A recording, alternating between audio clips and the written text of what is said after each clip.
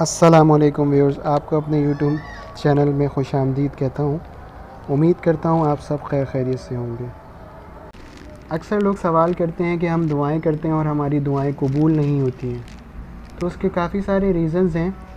तो इंशाल्लाह आज मैं आपको एक ऐसी सूरत बताने जा रहा हूँ जिसकी तिलावत करके आप अपनी हाजातों को ज़रूर पूरा करेंगे इंशाअल्लाह ताला अज़ीज़।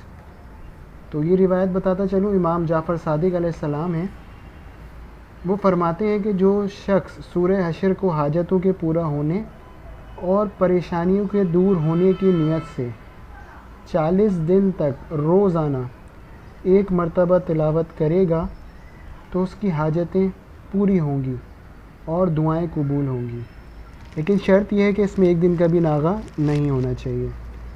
तो आइए अब चलते हैं हम सूरह अल हशर की तिलावत की तरफ, उसको देखते हैं और सुनते हैं।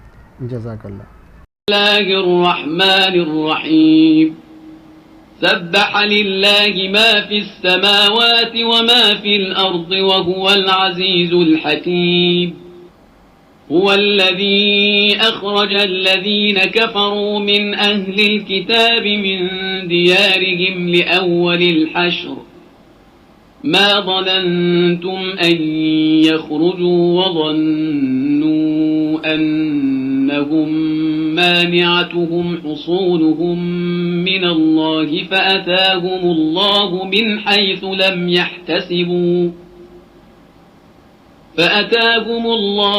حيث لم يحتسبوا وقذف في قلوبهم الرعب يخربون بيوتهم بأيديهم وأيدي المؤمنين فاعتبروا يا أولي الأبصار.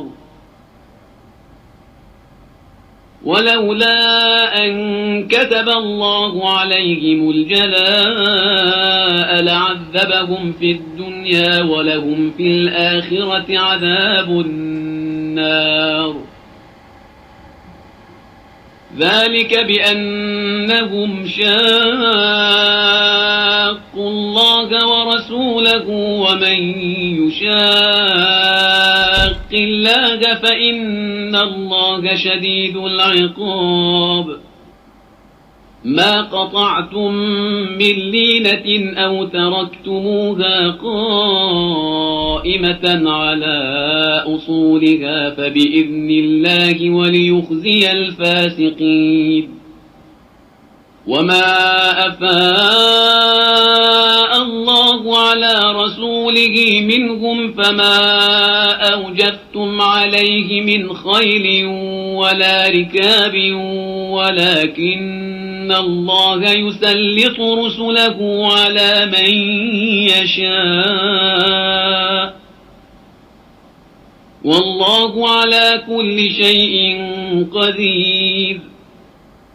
ما أفاء الله على رسوله من أهل القرى فلله وللرسول ولذي القربى واليتامى والمساكين وابن السبيل كي لا يكون دولة بين الأغنياء منكم. وما آتاكم الرسول فخذوه وما نهاكم عنه فانتهوا واتقوا الله إن الله شديد العقاب. للفقراء المهاجرين الذين أخرجوا من ديارهم وأموالهم يبتغون فضلا من الله ورضوانا وينصرون الله ورسوله أولئك هم الصادقون.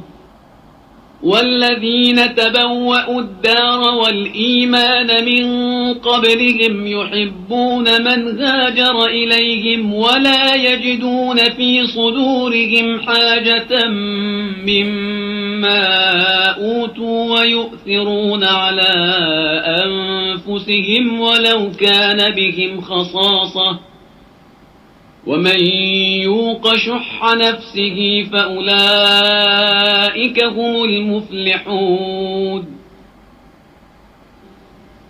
والذين جاءوا من بعدهم يقولون ربنا اغفر لنا ولإخواننا الذين سبقونا بالإيمان ولا تجعل في قلوبنا غلا للذين آمنوا ربنا إنك رؤوف رحيم.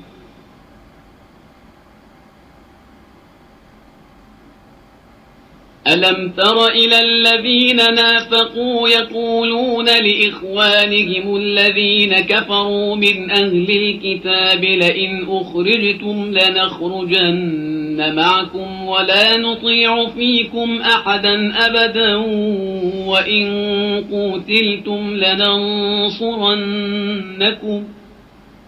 والله يشهد إنهم لكاذبون.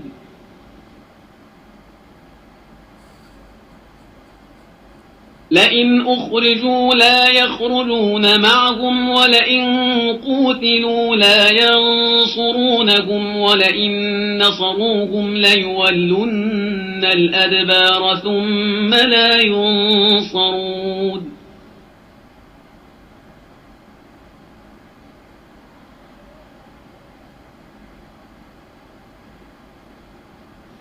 لأنتم أشد رهبة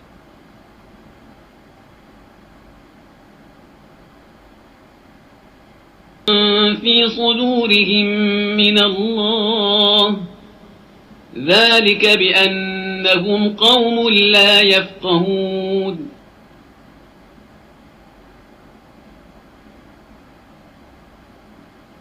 لا يقاتلونكم جميعا إلا في قرى محصنة أو من وراء جدر بأسهم بينهم شديد تحسبهم جميعا وقلوبهم شتى ذلك بأنهم قوم لا يعقلون. كمثل الذين من قبلهم قريبا ذاقوا وبال أمرهم ولهم عذاب أليم.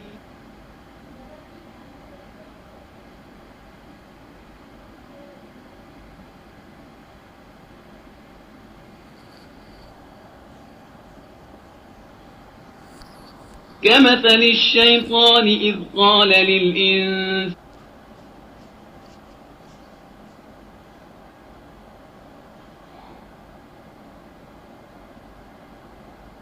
اكفر فلما كفر قال إني بريء منك إني أخاف الله رب العالمين.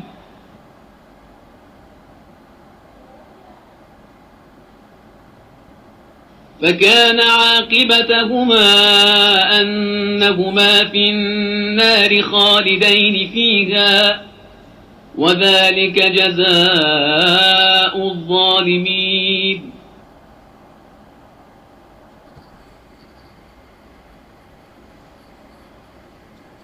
يا أيها الذين آمنوا اتقوا الله ولتنظر نفس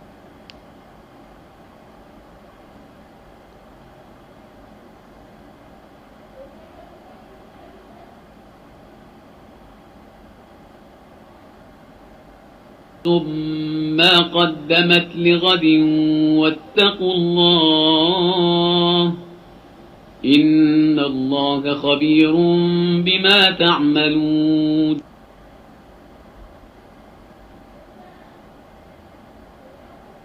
ولا تكونوا كالذين نسوا الله فأنساهم أنفسهم أولئك هم الفاسقون.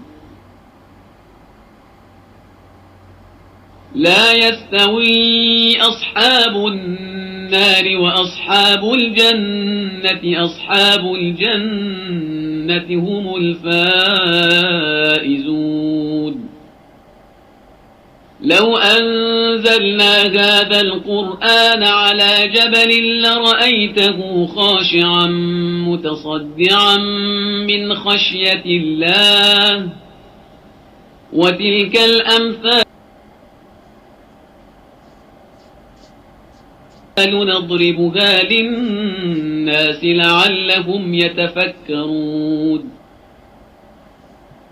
هو الله الذي لا إله إلا هو عالم الغيب والشهادة هو الرحمن الرحيم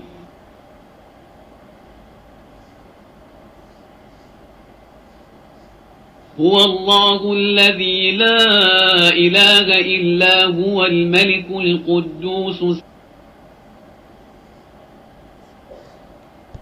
السلام المؤمن المهيمن العزيز الجبار المتكبر سبحان الله عما يشركون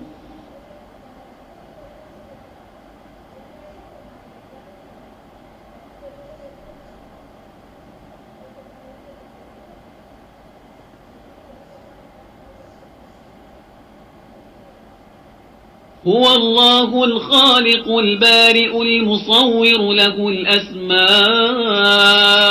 الحسنى يسبح له ما في السماوات والأرض وهو العزيز الحكيم